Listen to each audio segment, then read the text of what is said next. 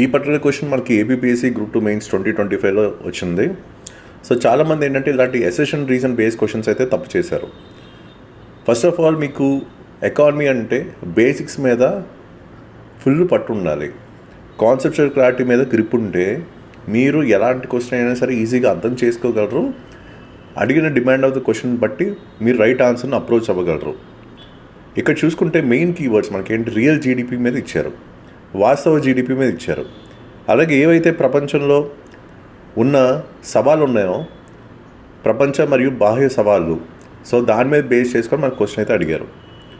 అయితే ఇన్ని సవాళ్ళు ఉన్నా సరే మన భారతదేశం తట్టుకుందా లేదా అనే దాని మీదే మనకు క్వశ్చన్ అడిగారు.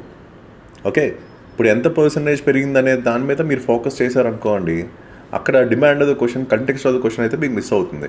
ఇప్పుడు ఇన్ని సవాళ్ళు ఉన్నా సరే మనం ఎలా ఎదుర్కొని నిలబడ్డామా లేదా, అది ఏ కారణం చేత నిలబడ్డాం అనే ఫోకస్ పాయింట్ మీద మీరు ఆలోచించుంటే మీరు ఇలాంటి క్వశ్చన్ చాలా ఈజీగా గెట్ ఆన్ అయిపోయేవాళ్ళు అండ్ నెగిటివ్ మార్కింగ్ ట్రాప్లో కూడా పడకుండా ఉండేవాళ్ళు.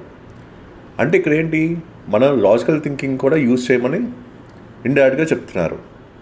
మీ అనలిటికల్ ఎబిలిటీస్ అనేవి పెంచుకోండి ఫర్దర్ ఎగ్జామ్స్ అని కూడా ఇండైరెక్ట్గా చెప్తున్నారు. సో ఇది మీరు అర్థం చేసుకోవాలి. సో ప్రస్తుతం తెలుగు మీడియంలో మనకి పాలిటీ అండ్ ఎకానమీ అయితే ఉన్నాయి. ఇవన్నీ కూడా మీకు ఎగ్జామినేషన్ పాయింట్ ఆఫ్ ఇచ్చాను. బేసిక్స్, అలాగే డయాగ్రామ్స్, అలాగే ఎగ్జాంపుల్స్ తోని అన్ని కూడా ప్రీవియస్ క్వశ్చన్స్ బేస్ చేసుకునే ఈ టైప్ ఆఫ్ అనాలిసిస్ లో మీకు ఇవ్వడం జరిగింది. కంటెంట్ అంతా కూడా ఇప్పటి నుంచి మీరు ఎగ్జామినేషన్ పాయింట్ ఆఫ్ లో కూడా ప్రిపేర్ అవ్వడం అలవాటు చేసుకోండి. రాబోయే జాబ్ కంటే మీకు ఖచ్చితంగా మంచి సర్వీస్ లో మీరు సెట్ అవుతారు.